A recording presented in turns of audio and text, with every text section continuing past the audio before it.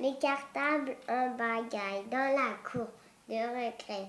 Les enfants se chamaillent, c'est sûr, c'est la rentrée. En vacances à Cherbourg, Lia, elle a eu très très très mal à la hanche et au pied, enfin à la jambe. Elle ne pouvait plus poser sa jambe sur le sol.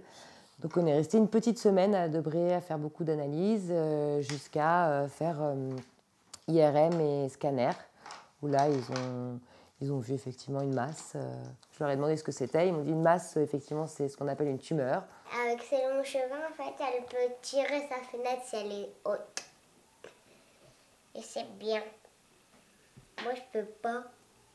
Comme si j'avais des petits cheveux. Quand on a été reçu par le chef de pédiatrie de l'institut sur lequel on a été aiguillé, c'est très solennel. On était dans une pièce très froide avec donc ce chef de pédiatrie, ses assistants, ses internes. On nous a dit que c'était un stade 4, métastatique, des pieds, enfin de la tête jusqu'au genou. Ça s'était arrêté au genou. Et donc des chances de guérison très pauvres, mais une très bonne solution. Donc un premier protocole avec 5 cures de chimio différentes, hein, les unes des autres, espacées de 3 semaines. Donc voilà. Et par la suite, après mise en rémission, donc on nous a dit qu'il y avait quand même une chance sur deux qu'elle réponde à ce traitement et qu'elle puisse être en rémission. Et après être en rémission, il y avait cette fameuse chimio dite haute dose, donc avec prélèvement de cellules, autogreffe. Donc voilà, une chimio qui pouvait justement s'avérer très très bénéfique, mais par contre avec des conséquences assez dramatiques. Enfin, voilà, concernant la croissance, il nous a surtout parlé de la stérilité à ce moment-là, parce qu'il fallait aussi lui faire un prélèvement d'ovaire. J'avais très très mauvais rapport dès le début avec le chef de pédiatrie qui s'occupait de l'IA, et beaucoup de problèmes par rapport aussi à ma fille il n'y avait aucun respect, du malade, vraiment aucun respect. C'était un nouveau monde pour elle, hein, de se faire un peu torturer entre guillemets tous les jours. Hein. C'était des piqûres, c'était des choses pas drôles, être enfermée, elle n'avait pas le droit de sortir. Les infirmières la menaçaient régulièrement. C'était un peu la prison, la dictature, c'était très froid. Dans cet institut, ils soignaient peut-être très très bien le corps humain, mais ils ne savaient absolument pas ce que c'était que l'être humain. Et c'est ce que je leur reprochais, parce que d'accord, ils sont très bons pour injecter de la chimio, pour piquer, et encore, bon, ils piquent, oui, ils piquent, mais enfin, ils ne savent pas parler aux enfants à côté de ça, parce que ma fille se débattait, mais c'était que des menaces. Sur les repas, manger en chimio, c'est quand même très très compliqué. Et elle avait le droit qu'au plateau, qui quand même vraiment, il n'y a pas d'autre mot, c'est dégueulasse. Donc elle avait droit qu'à ça, mais moi, si je préparais des petits plats à la maison, c'était interdiction de lui donner, donc j'avais aucun droit, et donc je lui donnais en cachette. Au bout de 3 cures déjà, on avait fait un bilan, il n'y avait déjà plus rien. Et puis les mois avançaient, on avait encore 2 cures à faire, plus l'opération qui avait lieu en décembre. Donc plus ça avançait, plus en fait on me parlait de cette chimio de dose. Le chef de pédiatrie m'en parlait régulièrement, mettait en place le prélèvement des cellules, enfin tout ça. Donc déjà j'avais pas trop confiance en lui, je commençais à avoir des doutes. J'avais déjà contacté le service de Madame de Lépine qui était contre aussi cette chimio de dose, qui m'avait dit que c'était dans le cas du neuroblastome pour elle inutile. J'étais contre la sonde gastrique qu'ils voulaient lui placer. Et ça a été le déclic parce qu'elle avait vraiment été traitée comme du bétail et ça a été un harcèlement psychologique. Elle est venue, il fallait qu'elle vienne tous les jours pour la peser, si elle perdait 100 ou 200 grammes, ça se joue à ça pour eux. Hein. Ils me disaient, si elle perd encore, c'est fini, on appelle le juge aux affaires familiales et on vous enlève le droit de votre fille, quoi, parce que vous êtes un danger pour elle.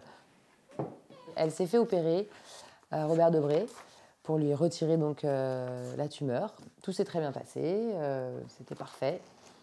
Elle s'est fait opérer un jeudi. Non, c'était un vendredi qu'elle s'est fait opérer. Et dès le lundi, ils voulaient lui faire donc une chimio. Et je pense que ça, c'était une façon de ne pas me laisser le temps de réfléchir, quoi. C'était on enchaîne, on y va, opération, tac, on continue. Et au bout du compte, j'étais contre. Mais on est quand même sorti de l'hôpital donc, de Robert Debré. Et on est allé à l'institut pour avoir rendez-vous avec ce docteur. Et ça s'est très très mal passé. C'est la dernière fois que je le voyais, je ne pensais pas. J'ai discrètement appelé le service de Madame de Lépine qui m'a bien confirmé, qui m'a dit non, non, nous on préfère encore attendre peut-être 24 à 48 heures avant de faire une chimio parce que le corps va beaucoup se fatiguer. Et je lui ai dit, écoutez, j'ai appelé le service de Madame de Lépine à nouveau qui m'a confirmé que c'était pas trop bon de faire une chimio aussi rapidement, donc on pouvait attendre peut-être quelques jours. Et alors là, il est monté dans les tons, et puis il a claqué la porte et il m'a dit que c'était impossible de travailler avec moi, que je lui mettais tout le temps des bâtons dans les roues. Il m'a dit allez voir chez les autres si c'est mieux chez les autres, et puis il m'a claqué la porte au nez.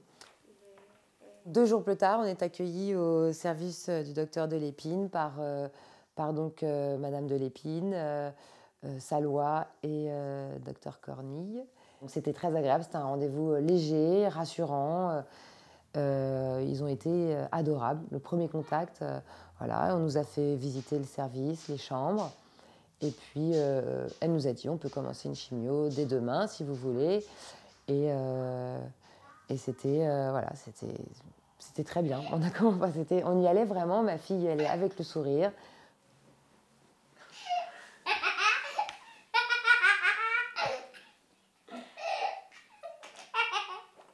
Cette chimio était douce, post-opératoire, comme ils l'ont dit. Donc c'était une chimio tout à fait... Lia allait très bien, elle reprenait du poids, elle s'y sentait bien. On avait une chambre individuelle, ce qui n'était pas du tout le cas dans l'autre hôpital.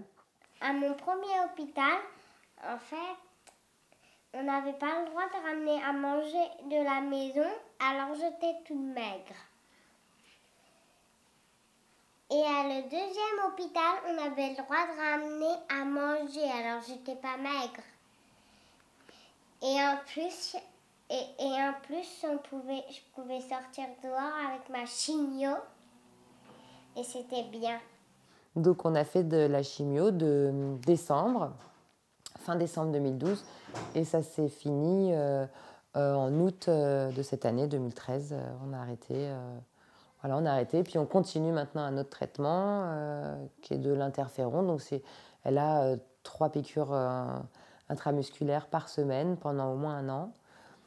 Je suis en grande section. Sa vie quotidienne, c'est la vie d'un enfant normal.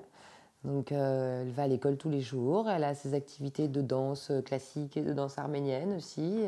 Ah, ça c'est une poésie. Oh. Tu la connais, elle. Déjà septembre.